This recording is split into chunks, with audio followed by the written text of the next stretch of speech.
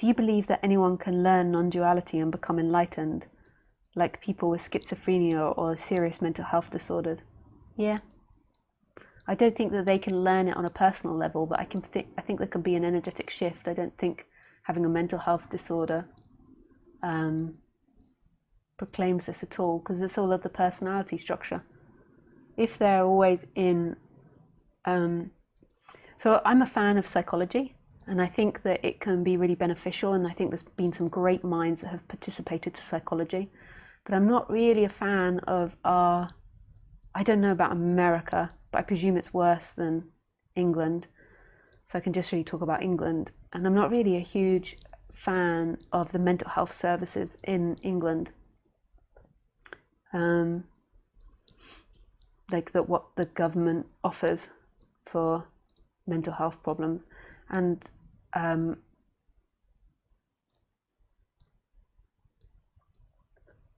think the diagnosis tools are helpful in order to work with someone and to see things, but I also think they're constraints and too rigid. And I know this very, very well. If you've ever read my book, you'll understand why I know this very well, but it's not something I want to talk about on the internet. Yeah,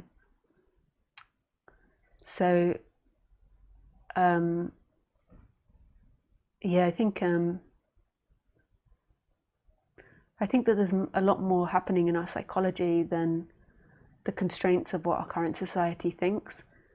And I think there's been a lot of people in our society that have been branded mad or insane and been given these disorders like schizophrenia or manic depression. And it's been classified as a disorder, whereas I think there's other possibilities as to what it could be. And I think if it was supported in a different way and not treated like a disease and not treated bad, then I actually think that these people could maybe thrive. Like, you've got to remember, people with mental health problems, they say it's birth and a genetic thing, some people, and some people say it's something that's learnt, and they say all different types of things. But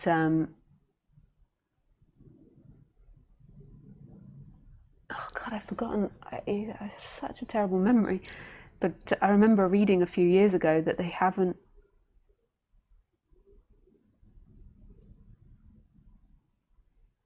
Yeah, I've forgotten what that statistic was. But yeah, so people with what we call like bipolar, borderline personality, or schizophrenia, they've been brought up in a life, like, you can't imagine the psychological damage it does for someone if they've been brought up in a life misunderstood. Like being told that they're always bad. So often people with kids that have mental health problems, or when they start displaying like autism or borderline personality, parents don't know how to deal with it, and education system don't know how to deal with it. So often what happens is they keep being referred to as bad, as a fuck up, as something wrong with them, and they're not looked at from what talents and what skills and what beautiful things they do have. So they're sort of pinpointed into this role of being bad for society, which fucks someone up. Just being told that you're bad for society. Like, I think that mental health issues like schizophrenia and all these things have evolved in society because of intelligence. Like, it's evolved because it had some use, otherwise we would have wiped it out.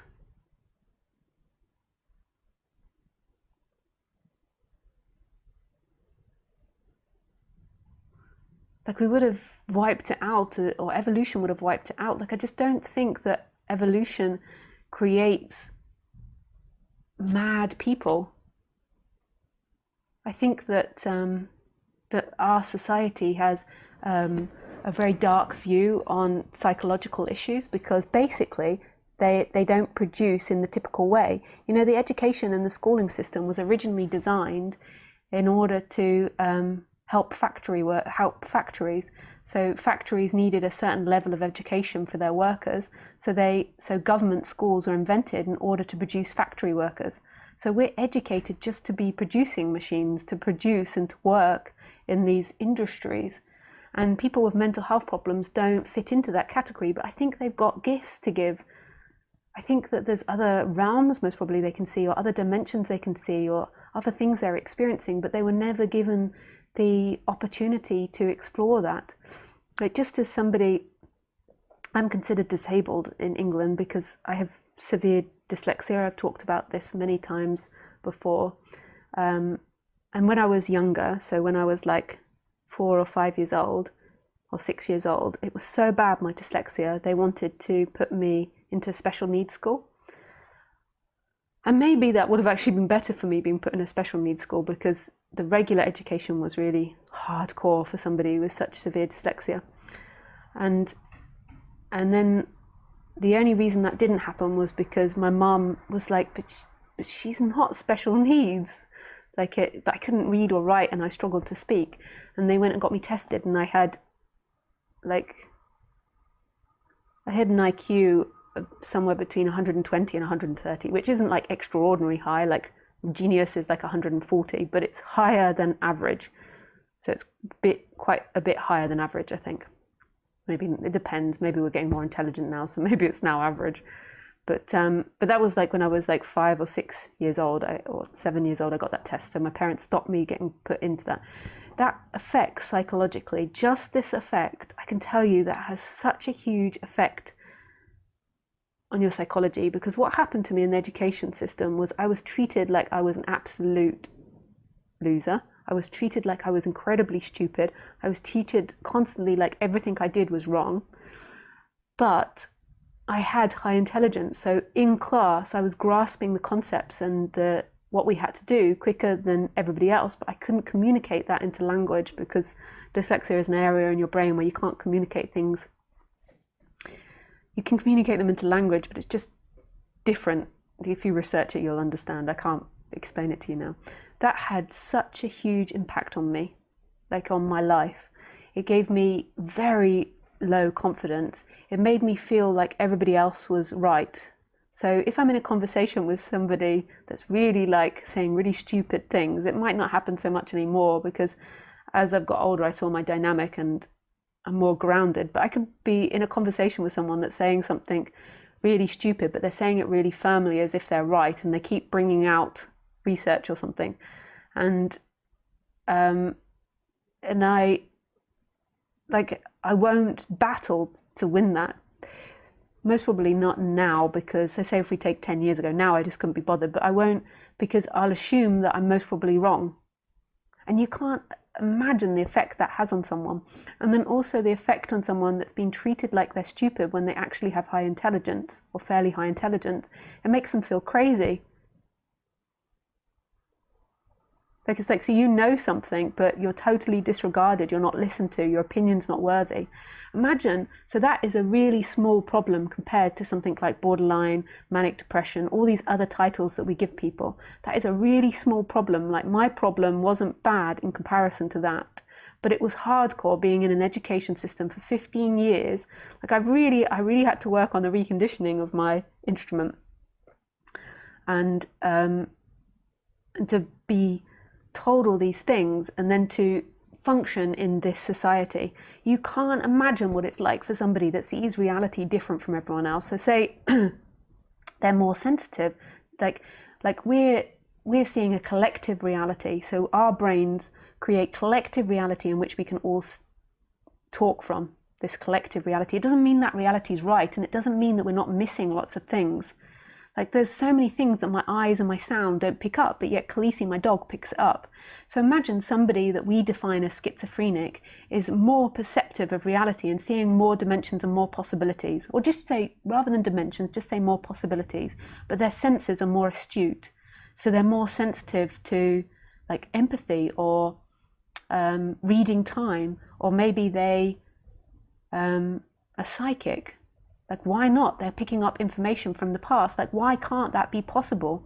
Like, my dog can smell something on the ground, and she can smell something that happened there 40 years ago. So dogs, if somebody died, They can smell that death 40 years on. Imagine if their brain is open in a different way to different things, and there's so much creativity and possibility there, but then the society keeps telling you you're mad, that's not real, that's not happening, that's not true, you're wrong, you're mad, you're insane. You can't imagine what that's like for somebody, of what we do to people. And we've never explored this as a society. What we do is we put pills in. We don't even know pills which help the brain, but we put pills in which numb the brain. So we've never even identified pills which help schizophrenia, or what we call schizophrenia, or help manic depression. We can't really find it in the brain, and we give pills that numb the brain. We don't give pills which actually access the schizophrenia. And then we numb them out, and that's what we do. And we research it through these very narrow confines. We research mental illness as if our reality is true. And I would say that our reality, what we currently see on the human level, is very limited. They're very limited. There's so much more going on there that we can't see. So just for an example, so when Europeans went over to America, and they went to an island where there were natives, and the natives had never seen boats before, or they'd maybe used some form of boat, but they'd never seen these gigantic boats. When they're looking out to sea, they could see there was something happening in the sea, because they could see different formations and movements in the water, but they couldn't see the boat because they'd never seen them before. They couldn't see them. They couldn't see an object which they'd never named before. And it wasn't until humans, which they knew, began to descend from the boats, that they began to be able to see it. Like, there's so much of this reality that our brain isn't seeing. But because as a society we're fixated on production, if somebody isn't a producer, then we're just like, chuck them out. They are bad. They are wrong. They are mental health. And we're terrified of it. Drug them up, shut them up, give them therapy. And the therapy, a lot of the therapy is based on believing that this current mental construct of our society is the correct one. And it is right and is true. But our current view on society is just about production. It's just about taking the materials in which we have in front of us and creating something from those materials. And we think that's real. And that's the way we're looking at our current environment. That's why we destroy our environment, because we're looking at it in a capitalistic mindset, in a capitalistic society, and realize that our society is a reflection of the way that we think. It's just in a bigger term. And all our society is concerned about is production, production, production, of how we can utilize what's around us and make money from it. I just went off on one there. If you read my book, you'll understand why.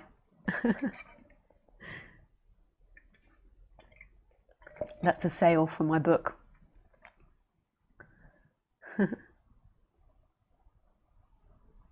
As you can tell, I know a lot about mental health issues. I've had it in my family and from friends as well. So I know it very well. And what pains me is that if it was looked at from a different way and it wasn't seen as a disorder, then these people could have infinite things to give to society and be completely creative. There's nothing that makes someone more insane than being told that they're insane and having their reality dismissed all the time. But by the time that you see people, so I don't know if you've worked as an outpatient in mental institutes, like I've been into many hospitals and mental institutes, not as an inpatient myself, but visiting family members. And I used to work with kids with emotional behavioral disorders. And if you go into these places, you see the end result of 20, 30, 40, 50 years of being treated like a piece of shit on the bottom of society's shoe. Really is. Like if you're sitting listening to me, whenever you say mental health issues or psychological issues or schizophrenia or manic depression, just see that you have a negative reaction to it. Like most people that are listening to me, as soon as I say those words, you'll have a negative image of someone with those disorders. And that's a prejudice that's bred into you from society, just like a prejudice against women working 100 years ago. It's bred into you, and we have this fixated idea of what it is. We have no freaking idea. Our brain is way more complex. and way more amazing. And I don't, like, it's on the rise, mental illness, and like, why is that? Like, you could say because our society and the way our society is going and it's making people crazy, and then you would think, well, then is mental illness a product of our society and not actually a genetical thing? Oh, but they're susceptible to it. There's other people that don't go crazy with society.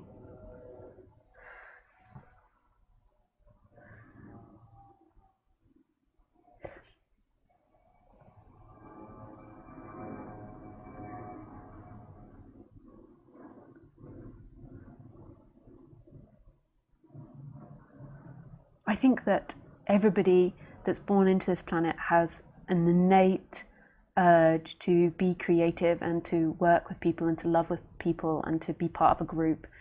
And the more that we put research onto that and research into how to allow kids to access their own creativity, then all these mental health situations will disappear. We love to create.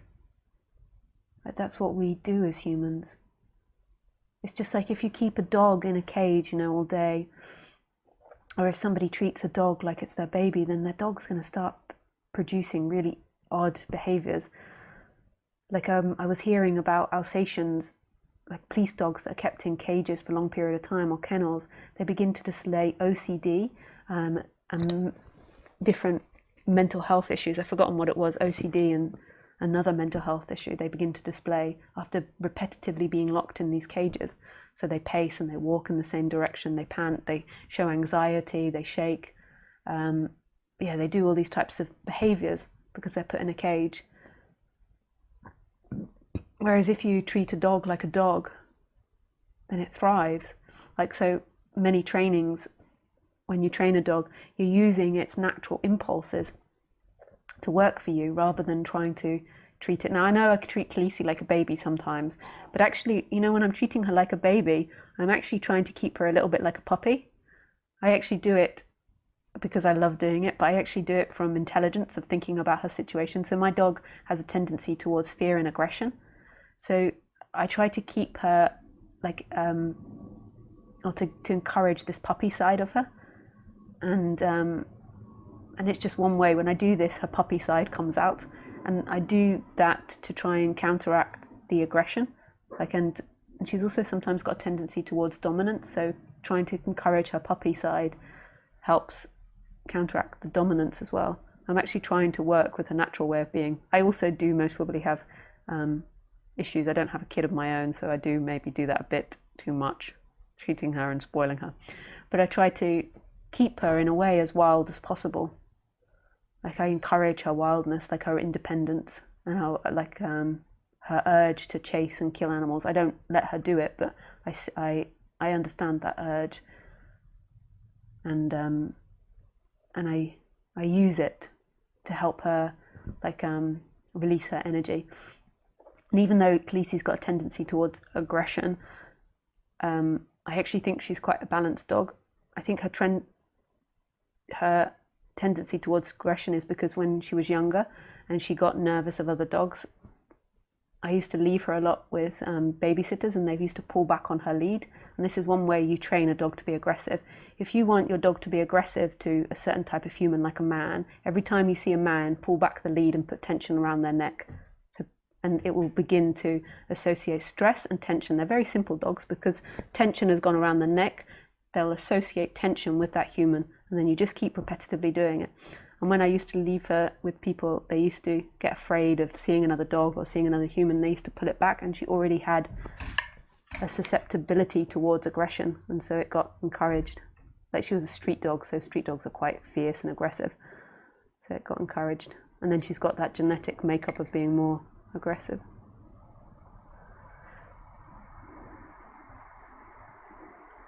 And you see lots of dogs actually displaying mental health problems.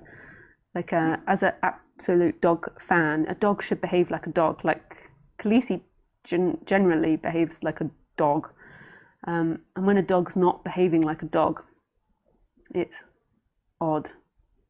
And dogs often have a lot of anxiety, and people think it's happiness. Like when their dog's like going crazy and really like what they think is happiness, it's often anxiety expressed.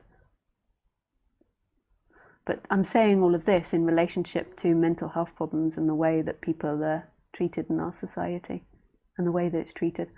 But studying psychology at university, I do think there's like Jung, I never know how to say his name, Carl Jung, is amazing. Like Freud invented the idea of the unconscious. We didn't have the ability to talk about the unconscious before he invented it, and Jung invented so many different things. There's so many different psychologists out there that and philosophers out there that have contributed to psychology and is amazing. I personally, if I was you might not be listening anymore, Chris. It's such a gift that you're at university studying psychology. I never had these opportunities. With my dyslexia, I couldn't pass exams to study anything like that at university or in an institute. But what I would do is I would use that institute for you, and I would pass all the exams and listen to what you're being taught there, but just be aware that they're teaching you, their perspective is to get people to go back into the production line. So most psychologists and therapists are about getting people back to a place where they can go into the production line and carry on working, which in one way is helpful for society, like in certain terms, but in another way, like that's not actually the source of what human suffering is, and just putting them back so they're well enough to go back into something they're unhappy in and they're just like surviving, like that's not actually an achievement. But just be conscious that that's what psychology is often about, is making humans be able to cope with this society and so they can produce better for this society and for their family, which is okay. But I would use your institution that you're studying at just to really explore and open your mind to some of the great minds that are out there. So be aware that that's what your institution will be pushing towards, and then just read deeper into these great minds that you're being asked to study, and see that these great minds that were really successful, they normally have an ulterior motive that goes beyond just getting somebody back into production line. They're deeply fascinated and interested in the subject and passionate, and in that passion there's fascinating things to learn. But be aware that your education system that you're in is limited. And I think in certain ways it's great that we all get education in the West, but just be aware that Western motives are about putting people back into the production line, whereas I think the most healthiest way for a society to function is encouraging humans to be their authentic creative self on the human level. And I think this is the most healthiest way of being, like finding their own natural motive. Like say with Khaleesi, if I want to play ball with her, but she doesn't like the ball, but I force her to play ball, so I train her to play ball with me. So she doesn't really want to play it. It's not her natural instinct to play ball. Most dogs it is, but I train her. So every time she does it, I tell her she's a good girl, and I train her with treats every time she does it. But every time she does it, she's like, oh. But she wants the treat, so she goes for it, and she wants to make me happy, and she goes for it. Now, that's what our society does. But imagine if I watched Khaleesi and watched what she naturally thrived at and naturally was interested in, and I encouraged her to go for that. That is a healthy, balanced human, and that's a healthy, balanced dog as well.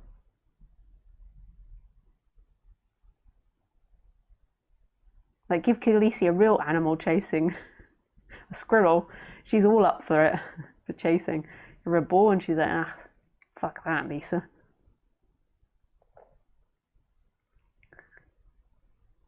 And guarding, Khaleesi loves guarding. It's like trying to make Khaleesi someone that plays ball, whereas she loves garden. She is guarding the property. Her natural instinct is to guard. But I've really gone off of something. You touched a passion inside of me there, Chris. So I really went off. But that's enough for tonight. I love you all very much. and I wish you everything, and I'll be here again on Wednesday at 6 p.m. French time, and you're very welcome to join. But I really wish you everything. Thank you. Bye guys.